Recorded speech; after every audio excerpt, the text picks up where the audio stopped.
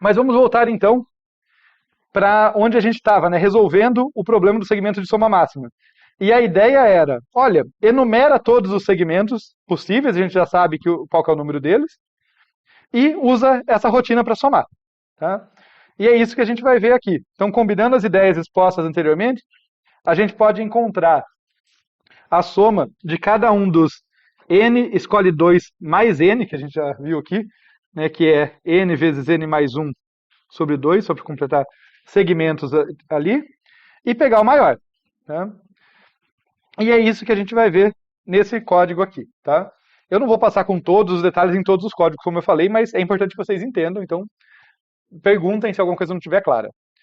No caso aqui, a gente começa com asterisco PS max, asterisco PE e asterisco PD inicializados porque são eles que vão devolver o segmento máximo, tá? Então são todos apontadores ali, porque são variáveis passadas por referência, porque eu quero devolver eles.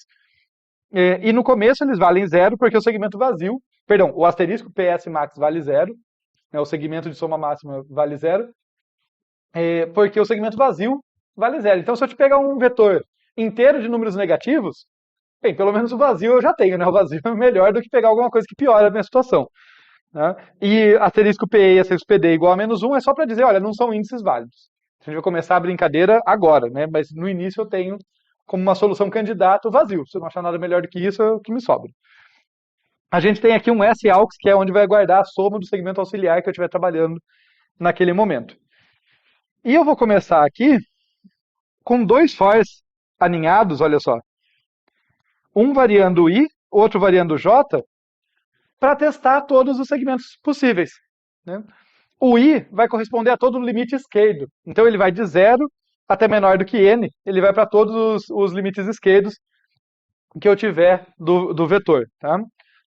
E como eu não estou interessado em segmento vazio, eu estou interessado em segmentos não triviais, o J só pode ir de I para frente. Né? Porque pensa no vetorzinho aqui.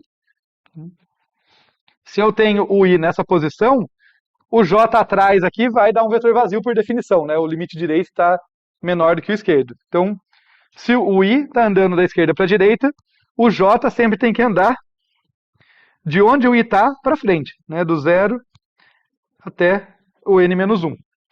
Tá? Ele também anda da esquerda para a direita, mas começando no I. Então, por isso que tem isso aqui, né? O I começa no 0, o J começa no I. Faz sentido, gente? Beleza? Estou testando todos os pares aqui, então. E dado um par, tem um segmento. Dado um segmento, quero saber o valor dele. Então eu pego S-AUX igual a 0, e depois de zerar, eu faço esse for. Esse for é muito parecido com essa funçãozinha, só está desencapsulado. Tá? Esse for sou eu somando. Aqui o K variando de I, até enquanto for menor do que J, para somar aqui o VK. Tá? Não vou provar de novo que ele está correto, é um trecho que é equivalente ao anterior, mas ele soma para a gente vai acreditar que ele soma. Então, quando eu saio desse for, quando eu estou nesse ponto do código, o S-AUX é a soma do segmento corrente, do segmento que começa em I e termina em J. E aqui o que eu estou fazendo é trocando se ele for melhor do que o melhor que eu tenho até o momento. Falando mais devagar, que falei muito rápido, se S-AUX for maior do que o melhor que eu tenho, que está no PS max, eu substituo não só a soma, mas os extremos também. Então é assim que eu guardo a toda iteração, eu testo lá. Tá? Como eu falei, eu não vou provar, mas eu até vou chegar a enunciar com vocês alguns invariantes, mais para vocês relacionarem ali, olha, a propriedade invariante que descreve o comportamento, descreve como que aquele algoritmo está trabalhando. Mas antes disso, vamos falar da eficiência desse algoritmo. Qual que é a eficiência que vocês chutam que esse algoritmo tem, gente?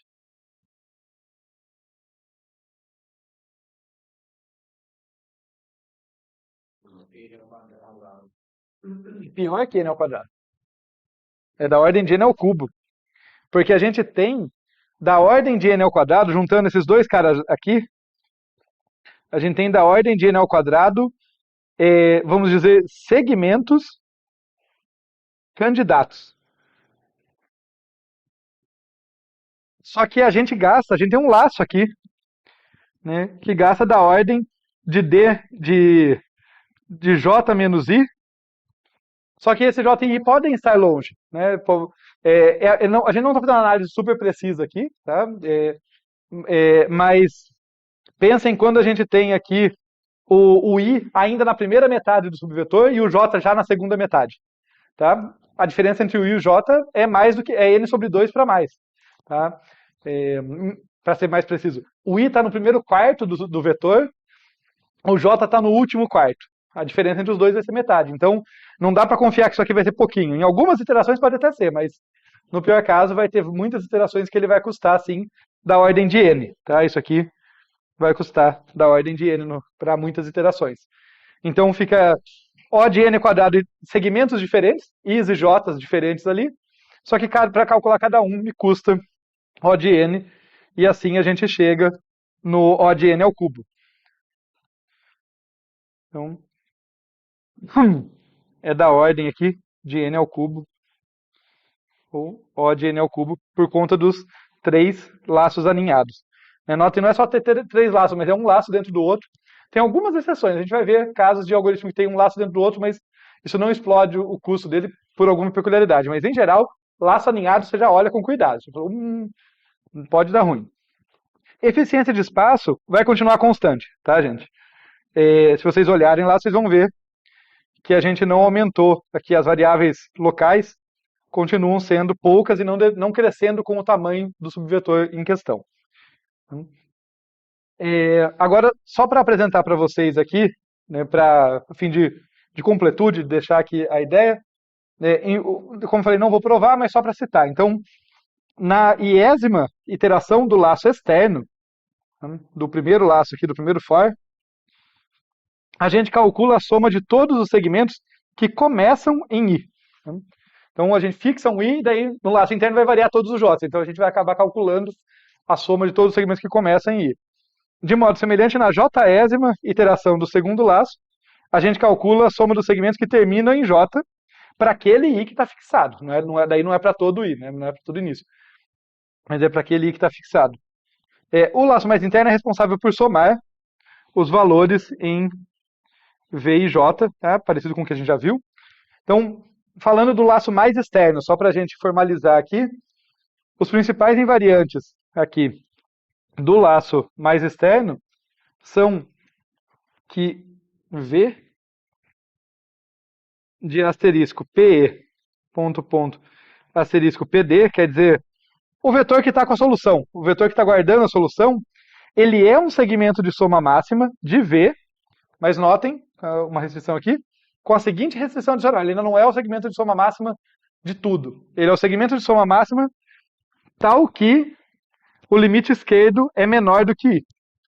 Tá? Não estou provando, mas é aquela ideia de que, assim, olha, se na iésima iteração do laço externo eu vou percorrer todos os J's possíveis e vou fazer a soma de todo mundo que começa em I, todos os segmentos que começam em I-1, em I-2, em I-3 já foram calculados em iterações anteriores.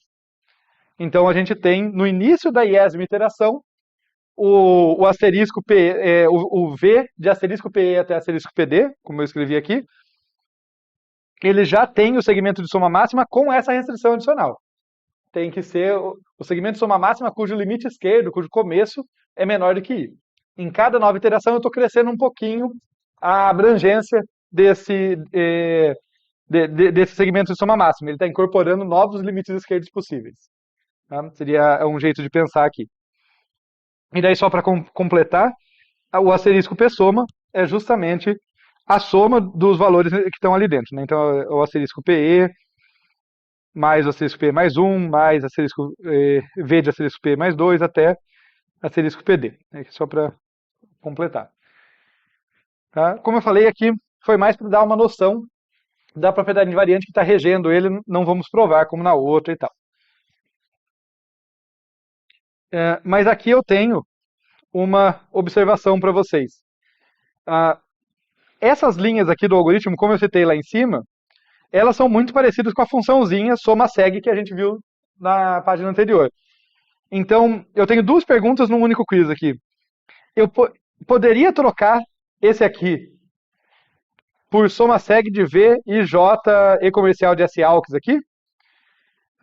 Se eu trocar, o algoritmo continua correto e isso afeta a eficiência dele? Então, esse quiz eu gostaria que vocês dessem um chute aí, porque eu quero comentar algo com vocês. Isso, teria um leve overhead nesse sentido ali, mas pode desconsiderar isso. Isso não pesa nesse caso, particularmente nesse caso. Mas, logicamente, o algoritmo continua correto? Ele ainda continua somando corretamente, faz o que promete?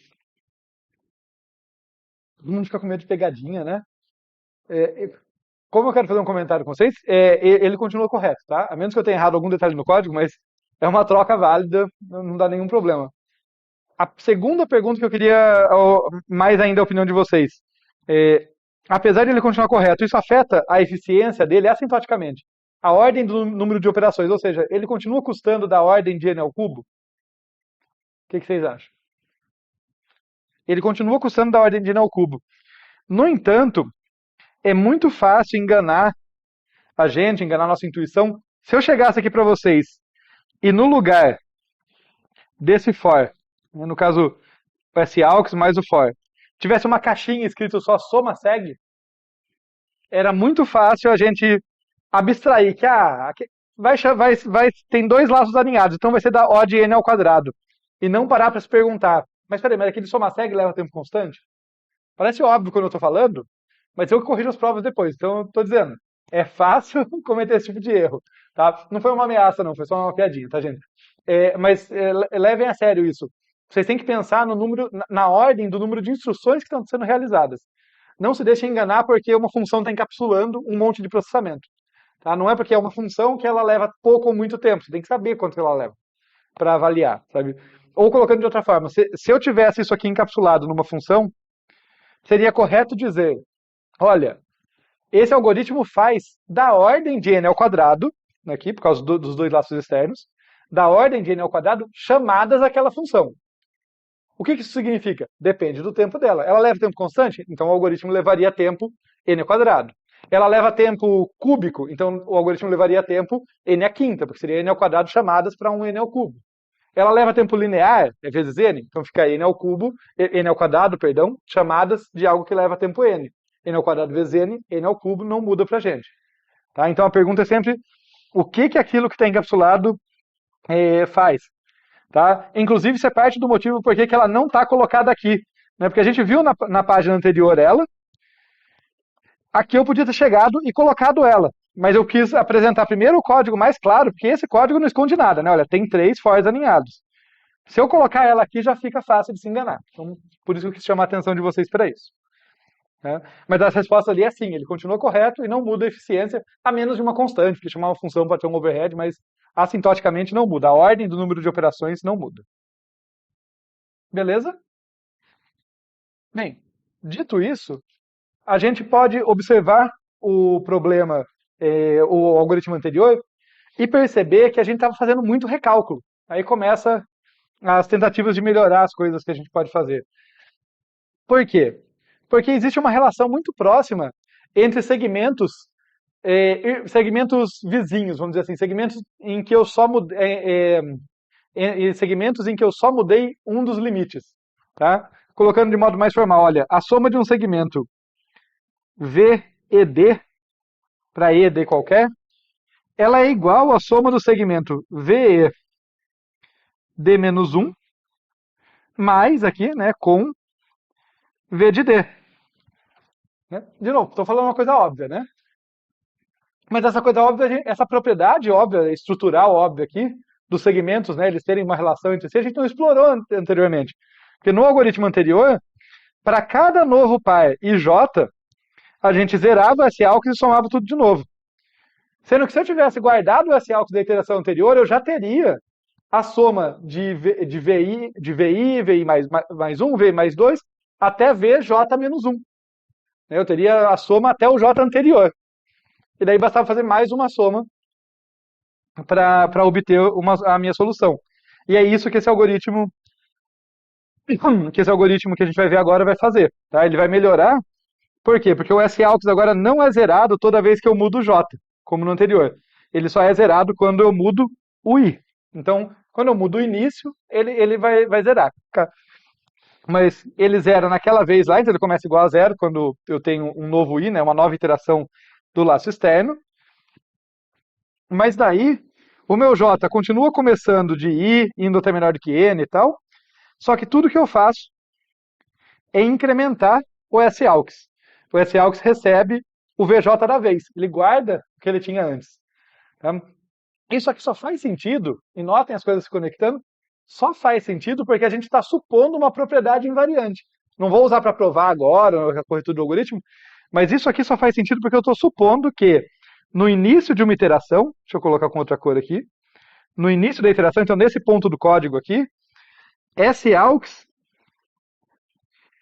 é igual à soma de VI mais 1 mais tananã até VJ menos 1. Eu estou supondo que no início de cada iteração do laço interno aqui, né, do segundo for, o S-AUX sempre vale isso. Ele vale a soma do segmento que começa em I e vai até J menos 1. Tá? Se não fosse verdade, isso aqui não faz sentido, né? Porque eu estaria somando VJ em um segmento que é qualquer coisa lá. Não é o que eu quero. Então, essa melhoria no código, né, fazer essa soma aqui, ela tem um impacto. Eu vou conseguir um código mais eficiente que faz a mesma coisa, porque o S-AUX já estava guardando isso aqui. Basicamente, uma coisa que eu estava gastando tempo linear para recalcular, não precisava. Já estava lá no S-AUX, só precisava de uma instrução a mais. Então tá legal. O que esse algoritmo está fazendo aqui é somar tudo. Aqui eu não vou passar de novo por questão de tempo, mas está só atualizando a máxima, é igualzinho no anterior. O importante para a gente aqui é saber que eu ainda tenho um laço externo que faz da ordem de n iterações e um laço interno que faz da ordem de n, né, para cada iteração do laço externo. Então vai ficar n vezes n ali, vai ter um n quadrado aqui. Mas é isso. Eu consigo, graças a essa propriedade invariante aqui, né, com apenas uma instrução, somar o próximo segmento. Tá bom? Fez sentido, gente? A gente está terminando a primeira parte da aula, em que a gente está aqui tirando a ferrugem da nossa capacidade de pensar num algoritmo, analisar, para na sequência a gente ver algo realmente interessante nesse problema e falar assim, caramba, né, essa propriedade é só um aperitivo, tá? A gente vai ver na sequência que é realmente bem mais interessante do que isso. Mas tudo bem, vamos concluir isso aqui. Então, eu já falei da eficiência de tempo, vamos marcar aqui para deixar completo que, no pior caso, o número de operações é da ordem de n ao quadrado agora, né? Então, O de n ao quadrado, por conta dos dois laços aninhados. Tá?